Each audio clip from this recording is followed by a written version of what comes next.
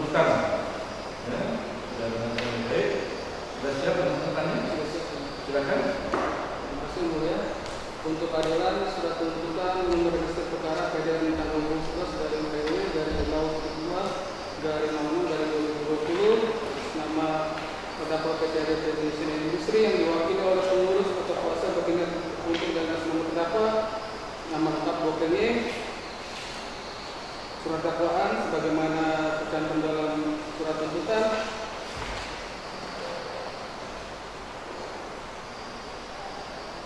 alat bukti saksi sebagaimana telah kita panggil dan dipadatkan di persidangan sebanyak 16 orang saksi, yaitu saksi Bikman, saksi Freddy Sano, saksi Siono, saksi Rustawan Chandra, saksi Saparudin, saksi Ahmad Tuan Rianto Menggolan, saksi Indra Gunawan, saksi Juhari bin Ahmad, saksi Sudiarto, saksi Iwan Santoso, saksi Ismail Harun, saksi Hain Aris, saksi Masrul, saksi Kairul HS, saksi Insinyur Evin Rizal DMA, dan saksi Atta Riza sebagaimana tercantum dalam surat tuntutan.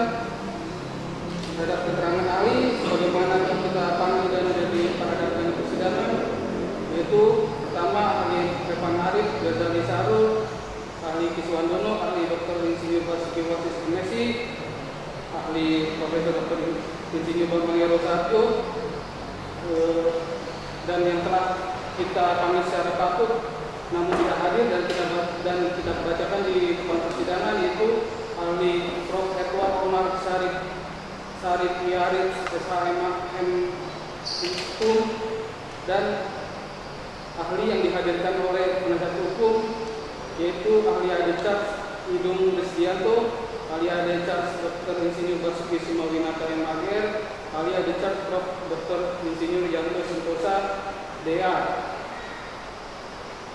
Terhadap surat di mana juga kita sudah menunjukkan di depan persidangan, itu berupa surat satu benda fotokopi atas negara Senti Trading Company Limited nomor 133 tanggal 20 Februari 1994 yang telah dilegalisir dan seterusnya sebagaimana tercantum dalam surat tuntutan umum terhadap keterangan terdakwa, yaitu terdakwa saudara Bokenge selaku Direktur PT AD Industri sebagaimana tercantum dalam surat tuntutan.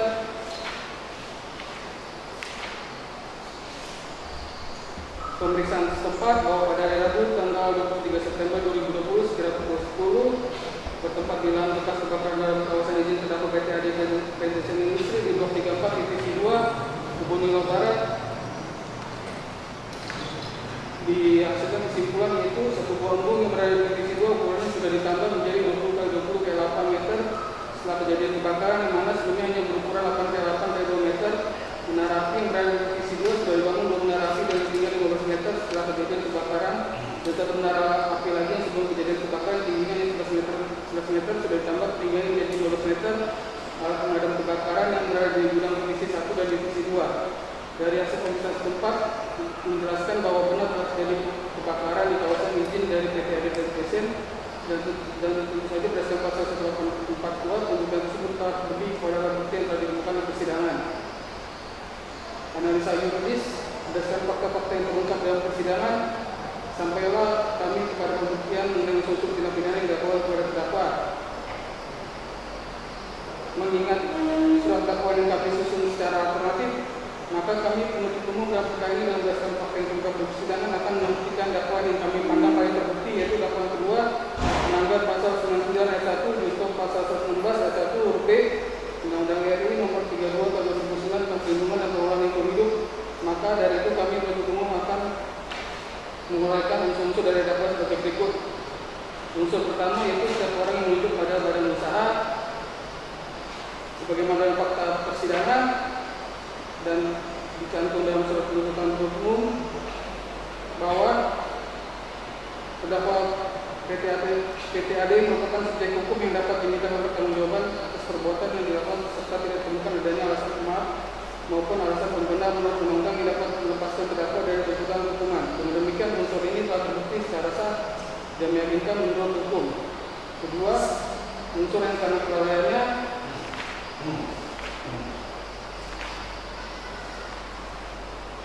sebagaimana sebagaimana dalam fakta persidangan telah terbukti, yaitu sebagaimana dicantumkan dalam surat tuntutan penuntut umum dan diperoleh hasil kesimpulan bahwa dengan demikian unsur tersebut telah terbukti secara sah dan meyakinkan menurut hukum.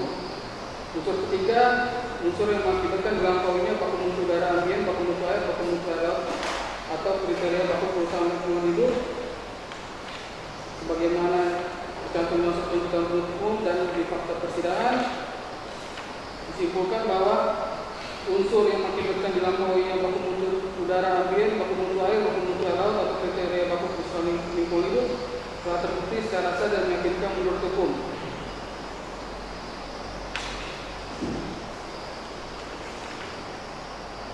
Sebelum kami menuntut tuntutan pidana terhadap terdakwa PT AD Prevention, perkenankan kami mengajukan pertimbangan yang menjadi hal yang memberatkan dan meringankan terdakwa PT AD Prevention. Hal yang memberatkan yaitu pertama, terdakwa PT AD sudah pernah dihukum dalam perkara tindak pidana tersebut. Hal yang meringankan, terdakwa PT AD telah kooperatif selama persidangan sehingga memperlancar jalannya proses persidangan. Kedua, terdakwa PT AD sudah melengkapi sarana dan prasarana pemadam kebakaran setelah kejadian. Berdasarkan uraian dan pertimbangan kami tersebut di atas, kami menuntut umum pada Kejaksaan Negeri Pelawat dengan memperhatikan ketentuan pasal 99 ayat 1 junto pasal 119 ayat 1 huruf A junto pasal 119 junto pasal 19 Undang-Undang RI menuntut supaya Majelis Hakim Pengadilan Negeri Pelawat yang memeriksa dan mengadili perkara ini memutuskan: 1. Menyatakan terdakwa PT AD Plantation and Industry yang diwakili oleh pengurus atau kuasa bertindak untuk dan atas nama terdakwa saudara Bokenge, Direktur PT AD, bersalah melakukan tindak pidana karena kelalaiannya mengakibatkan dilampauinya baku mutu udara ambien, baku mutu air laut atau kriteria baku kerusakan lingkungan hidup sebagaimana diatur dalam pasal 99 ayat 1 junto pasal 119 ayat 1 huruf A Undang-Undang Nomor 32 Tahun 2009 tentang Perlindungan dan Pengelolaan Lingkungan Hidup sesuai dakwaan alternatif kedua. 2. Menjatuhkan pidana terhadap terdakwa PT AD Plantation Industry yang diwakili oleh pengurus atau kuasa bertindak untuk dan atas nama terdakwa saudara Gopenge selaku Direktur PT AD Plantation Industry dengan pidana denda sebesar 1.500.000.000 rupiah. 3. Menjatuhkan pidana tambahan terhadap terdakwa PT AD Plantation Industry berupa perbaikan akibat tindak pidana untuk memulihkan lahan yang rusak akibat kebakaran lahan seluas 4,16 hektar sebesar Rp2.987.654.064 dengan rincian: pertama, kerugian kerusakan ekologis dan ekonomis sebesar Rp1.937.552.024 disetorkan bekas negara. Kedua, biaya pemulihan yang rusak akibat kebakaran lahan dengan pembelian kompos sebesar Rp1.050.102.040 digunakan pada saat pelaksanaan pemulihan lahan di area kebakaran milik terdakwa PT AD Plantation yang berada di Divisi 2, Desa Batanilo Kecil, Kecamatan Pelawat, Kabupaten Pelawat, Provinsi Riau, seluas 4,16 hektar. 4. Menetapkan barang bukti berupa 1 bendel fotokopi akta notaris MT Trading Company Limited nomor 133 tanggal 20 Februari 1954 yang telah dilegalisir dan seterusnya sebagaimana ketentuan surat dakwaan tetap terlampir dalam berkas perkara. Sampel barang benda diambil di plot 1 area bekas terbakar di Kebun Liwa Barat 1 Divisi 2 Blok 34 PT AD Plantation Industry dan seterusnya sebagaimana tercantum dalam surat tuntutan penuntut umum dirampas untuk dipergunakan dalam pemeriksaan laboratorium bioteknologi lingkungan atau ICBB. 5. Membebankan kepada terdakwa untuk membayar biaya perkara sebesar Rp5.000. Demikian tuntutan pidana ini kami bacakan dan diserahkan pada sidang hari ini Selasa tanggal 20 Oktober 2020 penuntut umum. Jadi itu tadi tuntutan dari penuntut umum terhadap saudara selaku kuasa dari PT AD Plantation. Pada pokoknya ada 1,5 Rp1.400.000 pidana pembunuhan sebesar Rp2.987.656.064 yang dirinci dari kerusakan ekologi dan biaya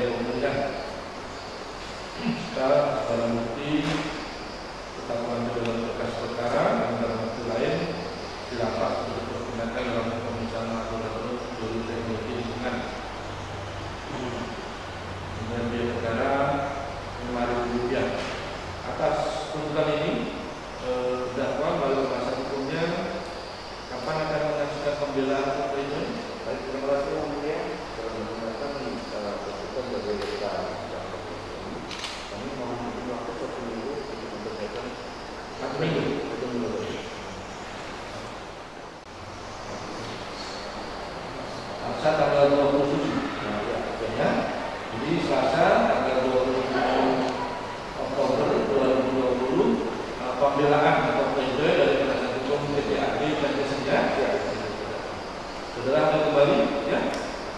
Dan kita sudah